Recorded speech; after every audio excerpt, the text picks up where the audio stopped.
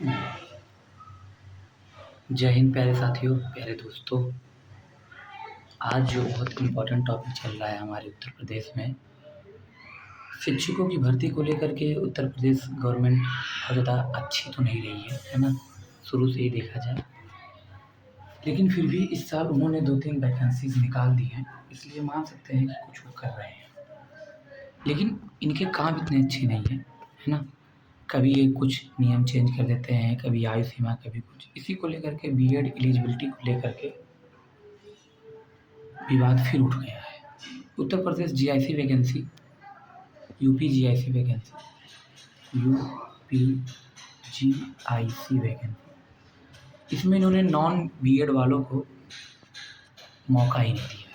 ठीक है, इसकी सुनवाई चल रही है, कब से चल रही है, क्या चल रही है, सब मैं आप लोगों को बताऊंगा। बिल्कुल भी परेशान मत होइए, ठीक है?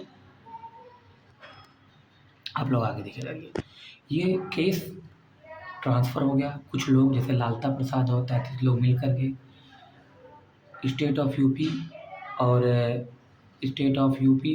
5 लोगों पर उन्होंने केस किया है। इन्होंने केस किया है कि हमको एक बार कम से कम इस बार नॉन बीएड वालों को मौका मिलना चाहिए। अब नहीं तो अगली भर्ती कब आएगी भाई? 5 सालों बाद आएगी। आज तो आएगी नहीं, कल तो आएगी नहीं, क्योंकि भर्तियाँ ही 5-5 साल बाद आ रही हैं, है ना? तो इस चीज़ को लेकर के कोर्ट नंबर 32 में इसकी सुनवाई चल रही है, ठीक है?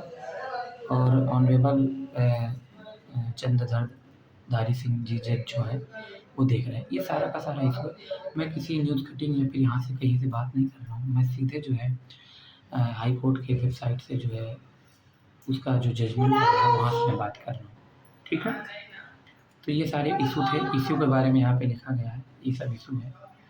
और इसके बारे में पिटिशनर ने ये भी कहा है कि जो एसएसबी ने, दिल्ली सरकार ने भी एक बार जो है नौकरी दी थी, उसमें बीएड को उन्होंने अनिवार्य किया था, लेकिन एक जगह बीएड की अनिवार्यता को भी उन्होंने कुछ समय के लिए 3 वर्षों के लिए समय भी दिया था कि जो नॉन बीएड के बच्चे हैं वो 3 साल के अंदर अपना बीएड कंप्लीट कर लें।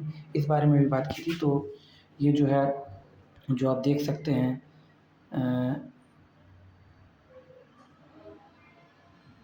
यहाँ पे लिखा हुआ मैं आपको दिखा देता हूँ। ये देखिए, एक सेकेंड, ये वाला पॉइंट यहाँ पे 3 ईयर्स लिखा हुआ है, आप देख सकते हैं 3 ईयर्स की।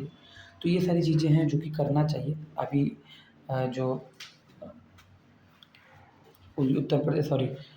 यूपीपीएससी ने अपना एक जवाबी हलफनामा हाई कोर्ट में जमा किया था कि हम नियम को नहीं चेंज कर सकते, क्योंकि नियम सरकार बना के भेजती है, सरकार के खिलाफ में नहीं जा सकते।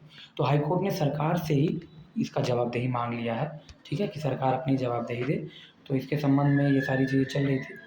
तो इसका जो अगली सुनवाई थी 25/9 को की गई थी कि 25/9 को होगी, फिर 25/9 को सुनवाई नहीं हो पाई, फिर 9 तारीख को इसकी सुनवाई हुई थी। ये देखिए, 9 तारीख को इसकी सुनवाई हुई थी, है ना? इसके जो जज थे सौरभ श्याम जी थे।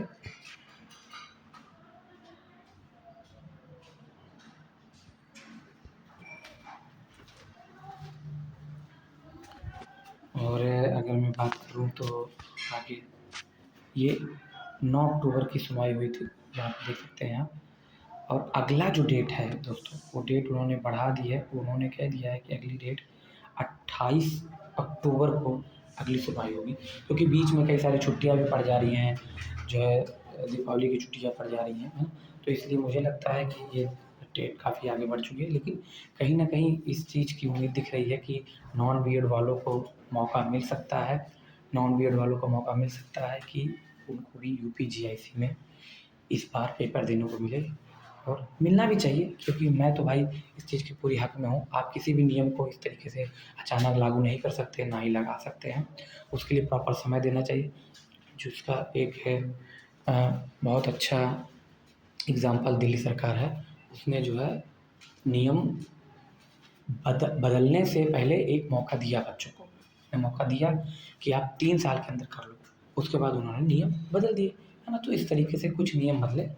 एक सिद्धांत होना चाहिए नियम भी बदलने का। ऐसा नहीं होना चाहिए कि आप नियम बदले तो उससे दूसरे लोग प्रभावित हों। तो मैं इस चीज़ को मानता हूँ। अगर आपको इस चीज़ से रिलेटेड कोई भी नोटिफिकेशन से रिलेटेड अगर आपको जानकारी चाहिए तो हमारे चैनल को सब्सक्राइब कर लीजिए। आपको अप टू डेट सारी जानकारियाँ मिलती रहेंगी। तब तक के लिए जय हिंद, जय भारत, वंदे मातरम।